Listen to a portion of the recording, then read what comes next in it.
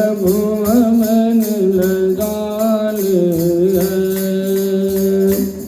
इस शरत जमाने से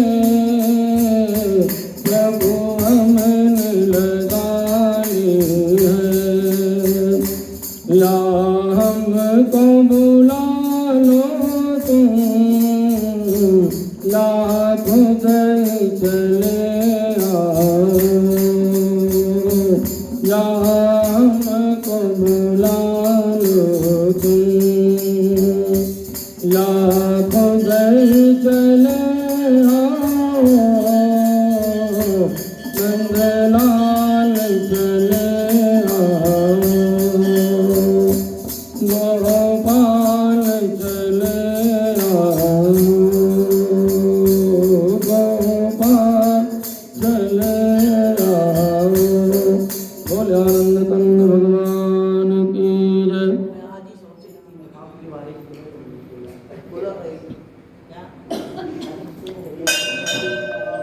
ओम नाम संकीर्तनं यस्य सर्वपापप्रणाशनं, प्रणामो दुःखशमनस्तं नमामि हरिं परं।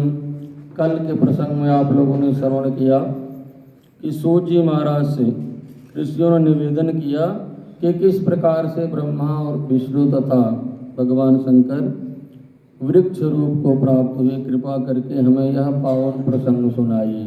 कोई सामान्य व्यक्ति श्राप को प्राप्त कर ले तो चलता है, पर कोई विद्वान व्यक्ति, बहुत सुलझा हुआ व्यक्ति कुछ ऐसी भूल करे तो ऐसी क्या व्यवस्था थी जिसकी वजह से इनको ऐसा करना पड़ा, ऐसा प्रश्न उठता है। कोई सामान्य व्यक्ति से गलती हो जाए तो चलता है, पर कहते इनको वृक्ष की योनि प्राप्त हो जाए। यह प्रसंग सुनकर तो मुझे विशेष आश्चर्य, और इसलिए कृपा करके मुझे विस्तार से इस प्रसंग को बताएं।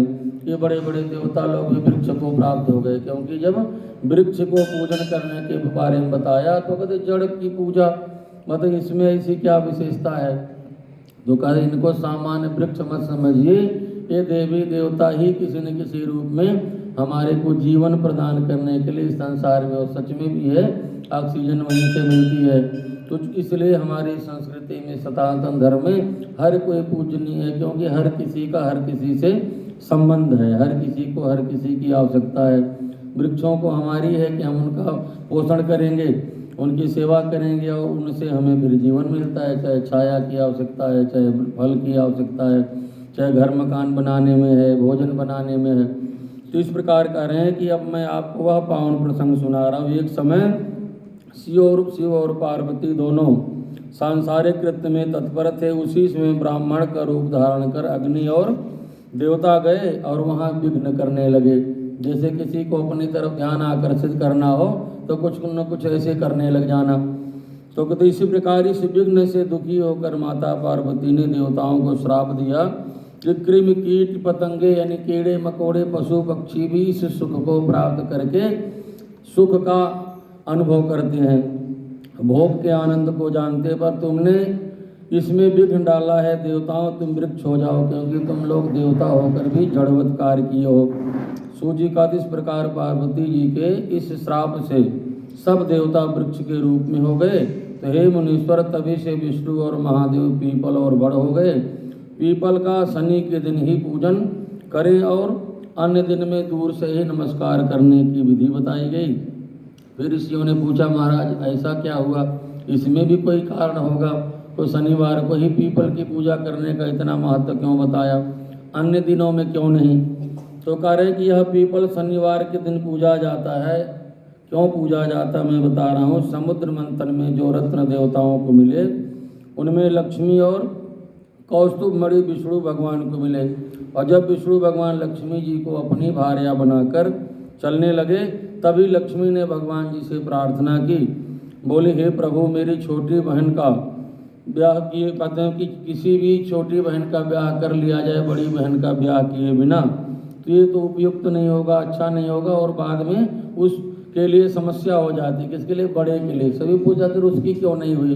अब तो थोड़ा शुरू हो गया, पहले तो बार बार छोटे का आता रहे पर करते नहीं, कहते नहीं पहले, अब भी ऐसे करते हैं, और आज तो थोड़ा शुरू हो गया। पर लक्ष्मी तो उस समय तो था नहीं शुरू। तो अगर आप ही बताइए, ऐसे कहीं होता है कि बड़ी बहन बैठी रह जाए और छोटी को ब्याह करके ले जाएं, फिर जो थोड़ी बहुत आशा है वो भी खराब हो जाएगी। तो ऐसे मेरी बड़ी बहन लक्ष्मी का विवाह करके फिर आप मेरे साथ विवाह करिए, यदि आप मुझे प्रसन्न देखना चाहते हैं। और प्रत्येक पति का कर्तव्य है पत्नी को प्रसन्न रखना। और आप तो ऐसे हैं कि आपको देख करके दुनिया अपने घर परिवार में कैसे रहना चाहिए, पति पत्नी का बच्चों के प्रति सबके प्रति कैसा व्यवहार हो, तो आप धर्म के विरुद्ध कोई कार्य तो करेंगे नहीं। सूर्य ने कहा, भगवान नारायण ने लक्ष्मी की बात सुनी, उनका ठीक है। तो वे तपस्वी उद्दालक मुनि को अनुरोध किए और अनुरोध करके उन्होंने अलक्ष्मी को दे दिया।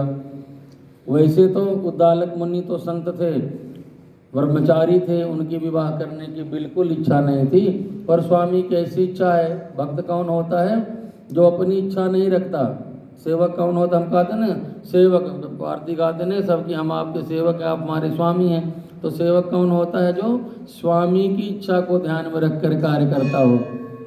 कि स्वामी कब किसी को हम भोजन बनाने के लिए रखें घर में और जो उसको अच्छा लगे वही बनाए रोज। तो सेवक तो है कि स्वामी से पूछेगा कि क्या बनाएं जी, उसे पता होना जिनको खाने में क्या अच्छा लगेगा, कपड़े कौन से किस दिन कौन पहनेंगे, कैसा करेंगे, सारी व्यवस्था स्वामी के अनुकूल की जाए।